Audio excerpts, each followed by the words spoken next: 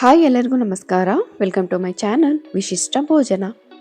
ಇವತ್ತಿನ ನನ್ನ ವಿಡಿಯೋದಲ್ಲಿ ಸುಲಭವಾಗಿ, ರುಚಿಯಾಗಿ ಹಾಗೆ ಆರೋಗ್ಯಕರವಾಗಿ ಒಂದು ಇನ್ಸ್ಟೆಂಟ್ ಆಗಿ ಗೋಧಿ ಹಿಟ್ಟನ್ನು ಬಳಸ್ಕೊಂಡು ದೋಸೆನ ಹೇಳ್ಕೊಡ್ತಾ ಇದ್ದೀನಿ. ಅದ್ರ ಜೊತೆಗೆ ಕಾಂಬಿನೇಷನ್ ಆಗಿ ಟೊಮೆಟೊ ಚಟ್ನಿನೂ ಕೂಡ ಯಾವ ರೀತಿ ಮಾಡೋದು ಅಂತ ಇವತ್ತಿನ ನನ್ನ ವಿಡಿಯೋದಲ್ಲಿ ತೋರಿಸ್ಕೊಡ್ತಾ ಇದ್ದೀನಿ. ಹೊಸಬ್ರು ಯಾರಾದರೂ ನನ್ನ ಚಾನೆಲ್ನ ನೋಡ್ತಾ ಇದ್ರೆ ದಯವಿಟ್ಟು ಸಬ್ಸ್ಕ್ರೈಬ್ ಮಾಡ್ಕೊಳ್ಳಿ. ಹಾಗೆ ಪಕ್ಕದಲ್ಲಿರುವಂಥ ಬೆಲ್ಲೈಕನ್ನ ಪ್ರೆಸ್ ಮಾಡಿ ಆಲ್ ಅಂತ ಕ್ಲಿಕ್ ಮಾಡಿ. ಹಾಗೆ ರೆಸಿಪಿ ಇಷ್ಟ ಆದರೆ ದಯವಿಟ್ಟು ಒಂದು ಲೈಕ್ ಕೊಡೋದನ್ನು ಮರಿಬೇಡಿ. ಮೊದಲಿಗೆ ನಾನಿಲ್ಲಿ ಒಂದು ಮಿಕ್ಸಿ ಜಾರಿಗೆ ಒಂದು ಚಿಕ್ಕ ಈರುಳ್ಳಿನ ಈ ರೀತಿ ಕಟ್ ಮಾಡಿ ಸೇರಿಸ್ಕೊಳ್ತಾ ಇದ್ದೀನಿ. ಹಾಗೆ ಒಂದು 5 ಹಸಿಮೆಣಸಿನ್ಕಾಯಿ, 1 ಇಡಿ ಆಗುವಷ್ಟು ಕರಿಬೇವನ್ನು ಕೂಡ ಸೇರಿಸ್ಕೊಂಡು ಸ್ವಲ್ಪ ನೀರನ್ನು ಸೇರಿಸ್ಕೊಂಡು ಇದನ್ನು ನುಣ್ಣಗೆ ಗ್ರೈಂಡ್ ಮಾಡಿ ಪಕ್ಕಕ್ಕೆ ಎತ್ತಿಟ್ಕೊಳ್ಳೋಣ. ಇವಾಗ ಒಂದು ಪಾತ್ರೆಗೆ ನಾನು ಈ ಬಟ್ಲು ಅಳತೆಯಲ್ಲಿ 2 ಬಟ್ಲು ಆಗುವಷ್ಟು ಗೋಧಿ ಹಿಟ್ಟು, 1/4 ಬಟ್ಲು ಆಗುವಷ್ಟು ಅಕ್ಕಿ ಹಿಟ್ಟು, ಅರ್ಧ ಬಟ್ಲು ಆಗುವಷ್ಟು ಮೀಡಿಯಂ ರವೆನ ತೆಗೆದುಕೊಂಡಿದ್ದೀನಿ. ಹಾಗೆ ರುಚಿಗೆ ತಕ್ಕಷ್ಟು ಉಪ್ಪು, ಒಂದು ಅರ್ಧ ಟೀ ಸ್ಪೂನ್ ಆಗುವಷ್ಟು ಜೀರಿಗೆ ಸೇರಿಸ್ಕೊಂಡು ಒಂದ್ಸಲ ಈ ರೀತಿ ವಿಸ್ಕರಲ್ಲಿ ಚೆನ್ನಾಗಿ ಮಿಕ್ಸ್ ಮಾಡ್ಕೊಳ್ಳೋಣ. ನಂತರ ಇದಕ್ಕೆ ನಾನು ರುಬ್ಬಿಟ್ಕೊಂಡಿದ್ನಲ್ಲ ಈರುಳ್ಳಿ, ಕರಿಬೇವು, ಹಸಿಮೆಣಸಿನ್ಕಾಯಿನ ಆ ಮಿಶ್ರಣನ ಇದಕ್ಕೆ ಸೇರಿಸ್ಕೊಳ್ತಾ ಇದ್ದೀನಿ. ಇದ್ರ ಜೊತೆಗೆ ನಾನು ಒಂದು ಚಿಕ್ಕ ಕ್ಯಾರೆಟ್ನ ತುರಿದಿರುವಂಥ ಕ್ಯಾರೆಟ್ ತುರಿನ ಮಿಕ್ಸಿ ಜಾರಲ್ಲಿ ಜಸ್ಟ್ ಒಂದು ರೌಂಡ್ ಈ ರೀತಿ ಗ್ರೈಂಡ್ ಮಾಡಿಕೊಂಡು ಸೇರಿಸ್ಕೊಳ್ತಾ ಇದ್ದೀನಿ. ಜಸ್ಟ್ ಆನ್ ಆ್ಯಂಡ್ ಆಫ್ ಮಾಡಬೇಕು ಅಷ್ಟೇ, ಜಾಸ್ತಿ ನುಣ್ಣಗೆ ಮಾಡ್ಕೊಳ್ಬಾರ್ದು.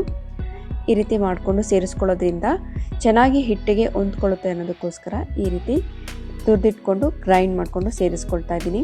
ಇವಾಗ ಸ್ವಲ್ಪನೇ ನೀರನ್ನು ಸೇರಿಸ್ಕೊಂಡು ಒಂದು ವಿಸ್ಕರ್ ಸಹಾಯದಿಂದ ಗಂಟಿಲ್ಲದೆ ಇರೋ ಹಾಗೆ ಚೆನ್ನಾಗಿ ದೋಸೆ ಹಿಟ್ಟಿನ ಹದಕ್ಕೆ ನಾವು ಈ ರೀತಿ ಕಲಿಸ್ಕೊಳ್ಬೇಕು. ಇದನ್ನು ಒಂದು 15 ನಿಮಿಷ ನೆನೆಯೋದಕ್ಕೆ ಬಿಡೋಣ. ಅಷ್ಟರಲ್ಲಿ ನಾವು ಚಟ್ನಿ ರೆಡಿ ಮಾಡ್ಕೊಳ್ಳೋಣ. ಇವಾಗ ಒಂದು ಪ್ಯಾನ್ಗೆ 2 ಸ್ಪೂನ್ ಆಗುವಷ್ಟು ಎಣ್ಣೆನ ಹಾಕ್ಕೊಂಡು ಎಣ್ಣೆ ಬಿಸಿ ಆದಮೇಲೆ ಅದಕ್ಕೆ ಒಂದು 4 ಖಾರದ ಮೆಣಸಿನ್ಕಾಯಿ, 1-2 ಬ್ಯಾಡಗಿ ಮೆಣಸಿನ್ಕಾಯಿನ ಹಾಕ್ಕೊಂಡು ಚೆನ್ನಾಗಿ ಫ್ರೈ ಮಾಡಿ ಎತ್ತಿಟ್ಕೊಳ್ಳೋಣ. ನಿಮ್ಮ ಖಾರಕ್ಕೆ ಅನುಗುಣವಾಗಿ ನೀವು ಮೆಣಸಿನ್ಕಾಯಿನ ಜಾಸ್ತಿ ಕಡಿಮೆ ಮಾಡ್ಕೊಳ್ಬೋದು. ನೋಡಿ, ಚೆನ್ನಾಗಿ ಫ್ರೈ ಮಾಡಿ ಇದನ್ನು ಒಂದು ಬಟ್ಲಿಗೆ ಎತ್ತಿಟ್ಕೊಳ್ತಾ ಇದ್ದೀನಿ. ಅದೇ ಪಾತ್ರೆಗೆ ನಾನು 1 ಇಡಿ ಆಗುವಷ್ಟು ಬೆಳ್ಳುಳ್ಳಿನ ತೆಗೆದುಕೊಂಡಿದ್ದೀನಿ. ಒಂದು ದಪ್ಪ ಗೆಡ್ಡೆ ಆಗುವಷ್ಟು ಬೆಳ್ಳುಳ್ಳಿ ಸೇರಿಸ್ಕೊಂಡು ಚೆನ್ನಾಗಿ ಫ್ರೈ ಮಾಡ್ಕೊಳ್ತಾ ಇದ್ದೀನಿ. ಬೆಳ್ಳುಳ್ಳಿ ಸ್ವಲ್ಪ ಕಲರ್ ಚೇಂಜ್ ಆದಮೇಲೆ ಇದಕ್ಕೆ ನಾನು 1-2 ಮೀಡಿಯಮ್ ಸೈಜ್ ಈರುಳ್ಳಿನ ಈ ರೀತಿ ಕಟ್ ಮಾಡಿಕೊಂಡು ಸೇರಿಸ್ಕೊಳ್ತಾ ಇದ್ದೀನಿ. ಹಾಗೆ ಸ್ವಲ್ಪ ಕರಿಬೇವನ್ನು ಕೂಡ ಸೇರಿಸ್ಕೊಂಡು ಚೆನ್ನಾಗಿ ಫ್ರೈ ಮಾಡ್ಕೊಳ್ಳೋಣ. ಈರುಳ್ಳಿ ಸ್ವಲ್ಪ ಟ್ರಾನ್ಸ್ಪರೆಂಟ್ ಆಗೋವರೆಗೂ ಚೆನ್ನಾಗಿ ಫ್ರೈ ಮಾಡ್ಕೊಳ್ಳೋಣ. ನಂತರ ಇದಕ್ಕೆ ನಾನು ಒಂದು 5 ಮೀಡಿಯಮ್ ಸೈಜ್ ಟೊಮೆಟೊನ ಈ ರೀತಿ ಕಟ್ ಮಾಡಿಕೊಂಡು ಸೇರಿಸ್ಕೊಳ್ತಾ ಇದ್ದೀನಿ. ಇವಾಗ ನೀವು ಈ ಎಣ್ಣೆಯಲ್ಲಿ ಚೆನ್ನಾಗಿ ಟೊಮೆಟೊ ಫ್ರೈ ಆಗೋವರೆಗೂ, ಮೆತ್ತಗಾಗೋವರೆಗೂ ನೀವು ಚೆನ್ನಾಗಿ ಬೇಯಿಸ್ಕೊಳ್ಬೇಕು. ಟೊಮೆಟೊಲಿರುವಂಥ ಹಸಿ ವಾಸನೆ ಹೋಗೋವರೆಗೂ ಚೆನ್ನಾಗಿ ಈ ರೀತಿ ಫ್ರೈ ಮಾಡ್ಕೊಳ್ಬೇಕು. ನೋಡಿ, ಆಗಿದೆ ಈಗ. ಇವಾಗ ಇದನ್ನು ಒಂದು ಮಿಕ್ಸಿ ಜಾರಿಗೆ ಹಾಕೊಳ್ತಾ ಇದ್ದೀನಿ. ಇದು ಕಂಪ್ಲೀಟ್ ತಣ್ಣಗಾದ್ಮೇಲೆ ಇದಕ್ಕೆ ನಾವು ಫ್ರೈ ಮಾಡ್ಕೊಂಡಿರುವಂಥ ಮೆಣಸಿನ್ಕಾಯಿ, ಒಂದು 1/4 ಟೀ ಸ್ಪೂನ್ ಆಗುವಷ್ಟು ಅರಿಶಿನ, ಹಾಗೆ 1 ಇಡಿ ಆಗುವಷ್ಟು ಕಡಲೆ ಬೀಜನ ಹುರಿದಿಟ್ಕೊಂಡು ಈ ರೀತಿ ಸೇರಿಸ್ಕೊಳ್ತಾ ಇದ್ದೀನಿ. ಈ ಕಡಲೆ ಬೀಜ ಹಾಕೋದ್ರಿಂದ ಚಟ್ನಿ ಟೇಸ್ಟು ತುಂಬಾ ಚೆನ್ನಾಗಿರುತ್ತೆ. ಹಾಗೆ ಸ್ವಲ್ಪ ಕೊತ್ತಂಬರಿ ಸೊಪ್ಪನ್ನು ಹಾಕ್ಕೊಂಡು ನೀರನ್ನು ಸೇರಿಸ್ಕೊಂಡು ರುಚಿಗೆ ತಕ್ಕಷ್ಟು ಉಪ್ಪನ್ನು ಕೂಡ ಸೇರಿಸ್ಕೊಂಡು ಇದನ್ನು ನುಣ್ಣಗೆ ಗ್ರೈಂಡ್ ಮಾಡಿಕೊಂಡು ಎತ್ತಿಟ್ಕೊಳ್ಳೋಣ. ಇವಾಗ ಇದನ್ನು ಒಂದು ಪಾತ್ರೆಗೆ ಸೇರಿಸ್ಕೊಳ್ತಾ ಇದ್ದೀನಿ. ನೋಡಿ, ಇದಕ್ಕೆ ಈಗ ನಾವು ಒಂದು ಚಿಕ್ಕ ಒಗ್ಗರಣೆನ ಕೊಡೋಣ. ಎಣ್ಣೆ, ಸಾಸಿವೆ, ಉದ್ದಿನಬೇಳೆ, ಕರಿಬೇವಿನ ಸೊಪ್ಪನ್ನು ಹಾಕೊಂಡಿರುವಂಥ ಒಗ್ಗರಣೆನ ಇದಕ್ಕೆ ನಾನು ಸೇರಿಸ್ಕೊಂಡು ಒಂದ್ಸಲ ಚೆನ್ನಾಗಿ ಮಿಕ್ಸ್ ಮಾಡ್ಕೊಳ್ತಾ ಇದ್ದೀನಿ. ಟೊಮೆಟೊ ಚಟ್ನಿ ರೆಡಿ ಆಯಿತು. ನಿಮಗೆ ಯಾವ ರೀತಿ ಬೇಕೋ ಆ ರೀತಿ ನೀರನ್ನು ಸೇರಿಸ್ಕೊಂಡು ನೀವು ಅಡ್ಜಸ್ಟ್ ಮಾಡ್ಕೊಳ್ಬೋದು.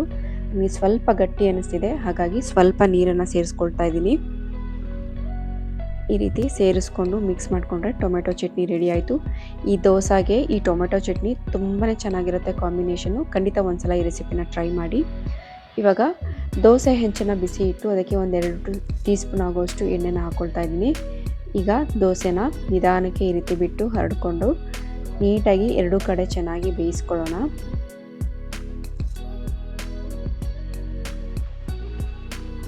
ಎರಡು ಸ್ಪೂನ್ ಆಗುವಷ್ಟು ಎಣ್ಣೆನ ಹಾಕ್ಕೊಂಡು ಚೆನ್ನಾಗಿ 2 ಕಡೆ ಬೇಯಿಸ್ಕೊಳ್ಳೋಣ. ನೋಡಿ, ಕಲರ್ ಕೂಡ ತುಂಬಾ ಚೆನ್ನಾಗಿ ಬರುತ್ತೆ. ಖಂಡಿತ ಈ ರೆಸಿಪಿನ ಒಂದ್ಸಲ ಟ್ರೈ ಮಾಡಿ. ಈ ಕರಿಬೇವು ನಮಗೆ ಹೆಲ್ತ್ಗೂ ಕೂಡ ತುಂಬಾ ಒಳ್ಳೆಯದು, ನಮ್ಮ ಕೂದಲಿಗೂ ಕೂಡ ತುಂಬಾ ಒಳ್ಳೆಯದು.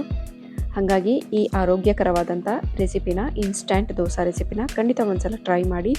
ತುಂಬಾ ರುಚಿಯಾಗಿರುತ್ತೆ, ಹಾಗೆ ಬೇಗನೂ ಕೂಡ ನಾವು ಇದನ್ನು ಮಾಡ್ಕೊಳ್ಬೋದು. ನೋಡ್ತಾ ಇರ್ಬೋದು ನೀವು ಎಷ್ಟು ಚೆನ್ನಾಗಿ ಬಂದಿದೆ ಅಂತ. ರೆಸಿಪಿ ಇಷ್ಟ ಆದರೆ ದಯವಿಟ್ಟು ಒಂದು ಲೈಕ್ ಕೊಡೋದನ್ನು ಮರಿಬೇಡಿ. ಹಾಗೆ ನಿಮ್ಮ ಫ್ಯಾಮಿಲಿ ಆ್ಯಂಡ್ ಫ್ರೆಂಡ್ಸ್ಗೆ ಶೇರ್ ಮಾಡಿ.